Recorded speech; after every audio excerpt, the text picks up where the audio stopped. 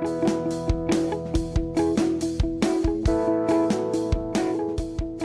there, this is Peter Wooding in the UK. And this is Dan Wooding in the USA. And I'd like to welcome you to our fourth Window on the World podcast with my father, Dan Wooding, the founder of the Assist News Service based in Southern California. And I'm in North Wales at my home, and my dad is thousands of miles away in Southern California. But through the wonders of modern technology, we're able to co-present this special podcast for you. Well, Pete, it's always a joy to be able to work with you, even across the Atlantic. And once again, we've assembled three rather unique clips from interviews that I've done with four very different and unusual people: Joni Eareckson Tada and her husband, Ken, Max Lucado and Ken Mansfield from the Beatles. Well, Dad, let's start with Joni and Ken Tada, who you interviewed at the recent National Religious Broadcasters Convention in Nashville in Tennessee. Well, let's go back a little bit, Johnny. You are here partly to receive an award. 30 years ago, you started a radio show. Tell us a little bit about how that came about. Well, it's the Joni and Friends radio program, and it's been airing exactly 30 years. And our friends listening in Europe can go on our website at joniandfriends.org and just go directly to our radio page and listen to these programs and download the radio offers and premiums that we provide. And given the fact that I have been broadcasting for 30 years, the Executive Committee of the National Religious Broadcasters has elected me to be inducted into the NRB Hall of Fame. I'm so excited. That's going to happen Tuesday night, and I am really thrilled. Wow. Ken, what do you think about your wife getting this award? You know, it almost takes my breath away. I really, on a serious note, I really think that this is a well-deserved award, and I think that Joni has exemplified everything that NRB stands for, and especially here the radio programs. Yeah. So now, for those listeners who are not geriatrics like me, just take us back briefly to this terrible day when you had the accident. Well, I'm sure that some of our listeners and viewers might not know this. So it was back in 1967. I was a teenager, and my sister had invited me to go for a swim on the Chesapeake Bay, which I did. Dove off this raft, hit bottom, snapped my head back, crushed my spinal cord at the 4th, 5th cervical level, and that left me paralyzed, lying face down in the water without, the ability to surface. Thankfully, my sister noticed that I didn't surface from my dive, and she quick came swimming to rescue me. And just as I was about to drown, she put her arm under my chest and wrenched me up out of the water. I'm spitting and sputtering, and oxygen never tasted so good. And I knew right then, when I saw my arm slung over my sister's shoulder, and yet I couldn't feel it, I knew right then something awful had happened. Little did I know, but later I would learn that I'd become a quadriplegic. My spinal cord had been severed, and I could not use hands or legs. Wow. Now, I remember you once talking about Dr. Death, Dr. Kevorkian, saying, about suicide, and you, I think at the time, felt suicidal. Is that correct?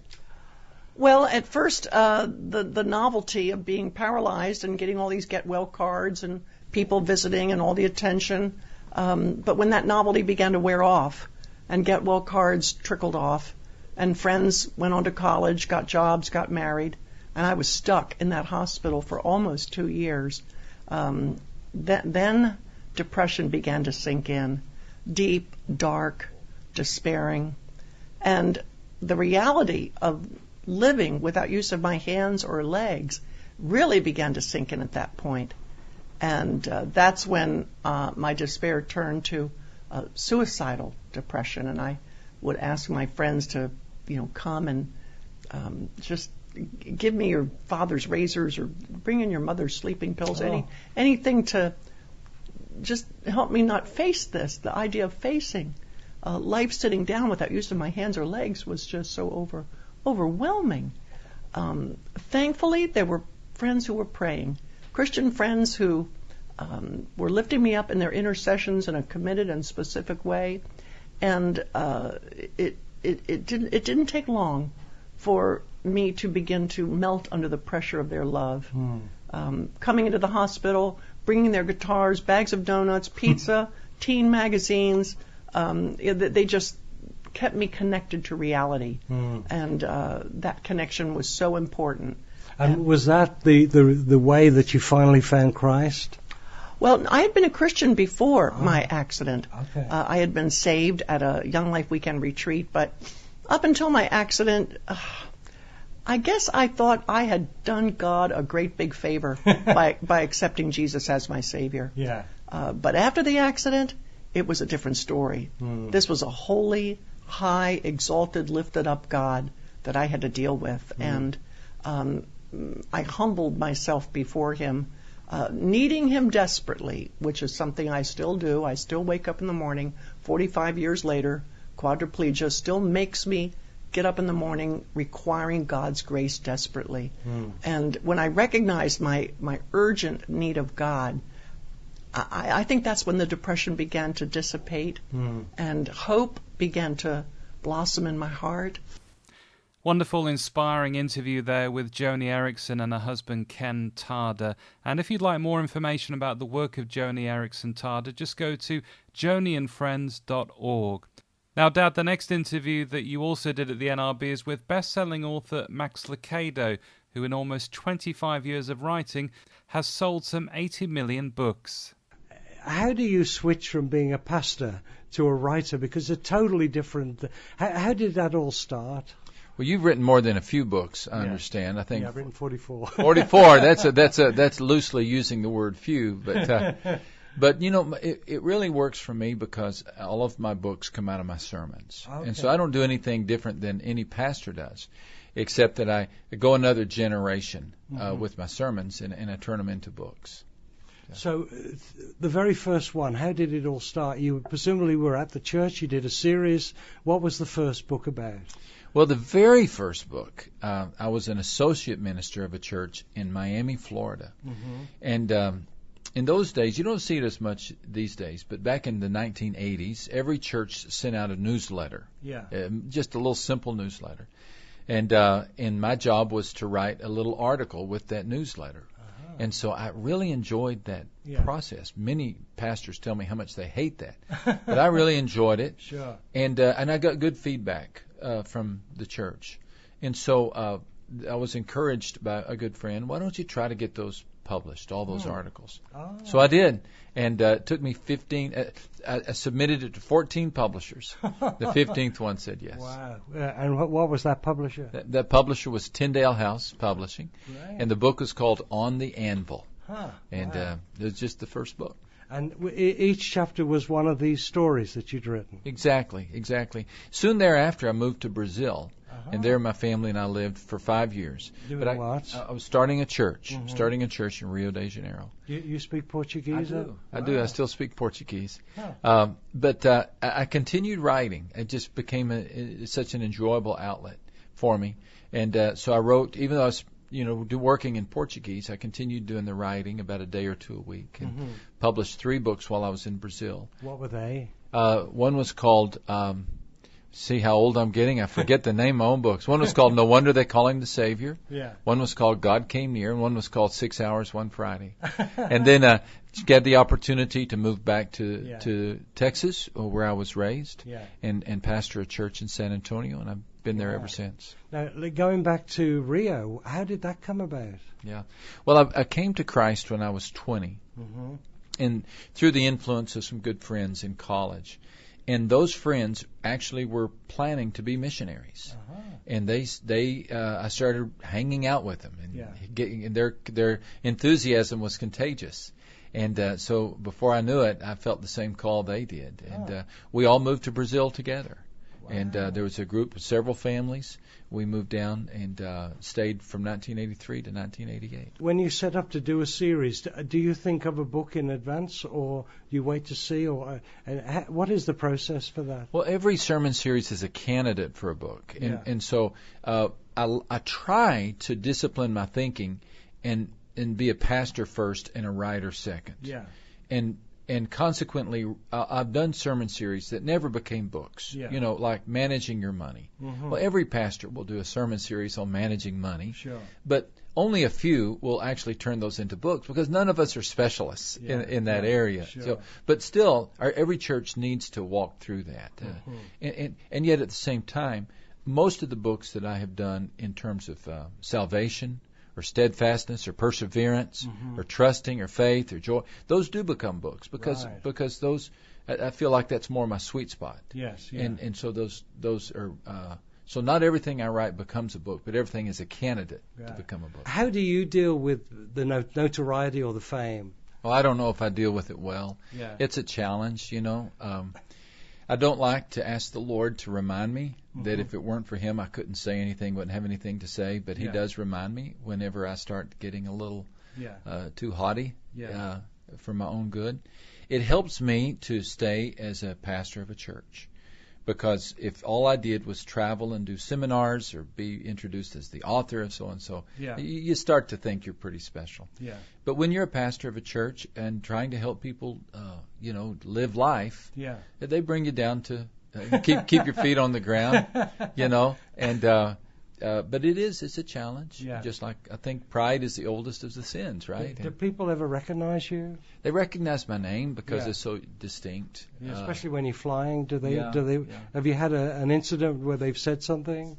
It happens quite often. Just flying up here yesterday, Yeah. the lady who checked me in saw my name and said, "Oh, I've read some of your. Are you the author?" They always say, "Are you the author?" And so that's assuring. Yeah. Great interview there from Max Lucado. And if you want to find out more about Max, then go to his website, maxlucado.com.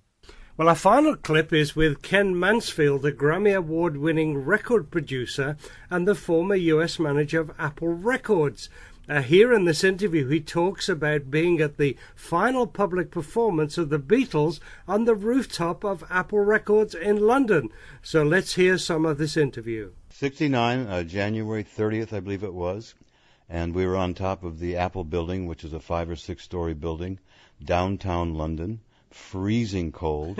And the thing that's interesting is the Apple building was right in the middle of the financial district. So here's this, we painted the building white, and of course all the bankers and stuff, nobody liked us being there. So when we cranked up that day at lunchtime, and this rock and roll music is just wafting down the streets, they were pretty upset about it. But we were doing the film Let It Be, and one of the concepts for the film was to have live footage with the Beatles. And they hadn't played in years, so it became the logistics became very hard. What do we do? So we had this idea that we would book a club in Germany, and we would do this giant promotion on this new band coming out of England that was going to be the next Beatles. And this would be like reliving the old days of the Beatles. Yeah, exactly. And that was the reason we thought about Germany and all that.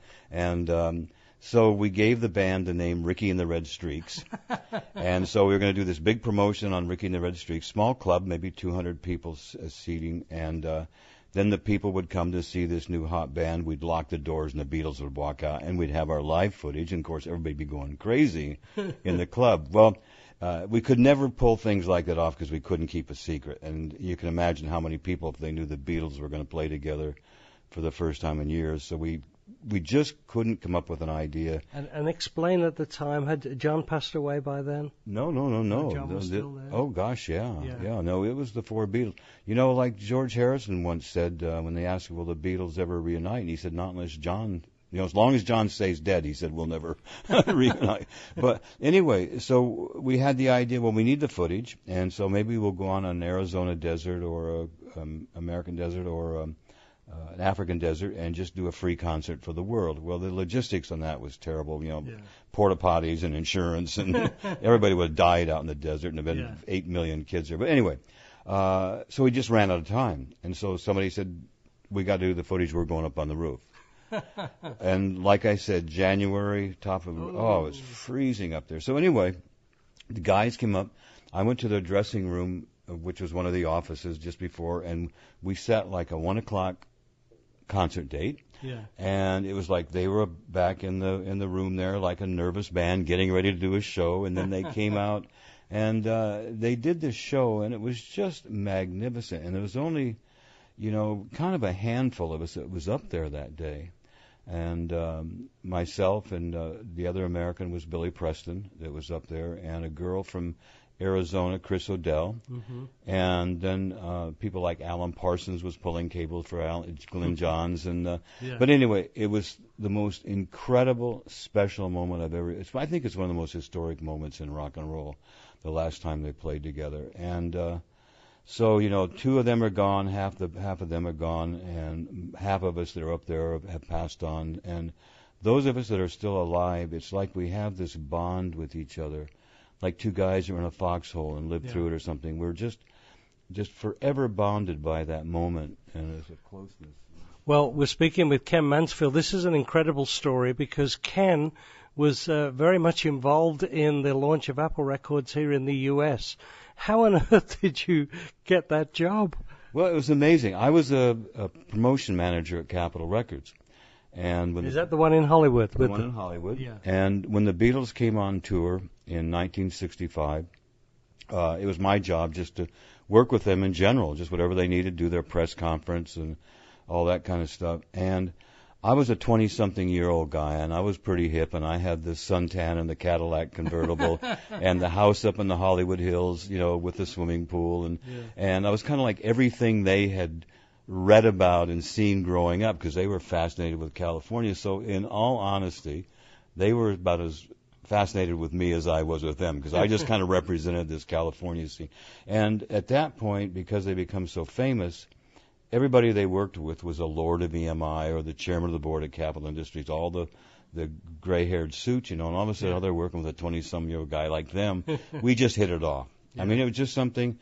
They had a day off. They invited me up to the house. We spent the day hanging around the pool and just, John wanted to know where Mulholland Drive was, and Ringo wanted to know if I could introduce him to Buck Owens because Buck Owens was a Capitol artist. Yeah.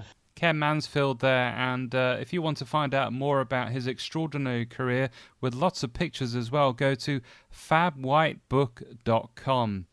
Now, I hope you've enjoyed our fourth podcast, and if you'd like to see more stories from the Assist News Service, just go to assistnews.net. You can also sign up for a free subscription to get stories like this that will come regularly into your inbox. So this is Peter Wooding in North Wales. And Dan Wooding in Southern California. Signing off for this latest program. Join us again soon.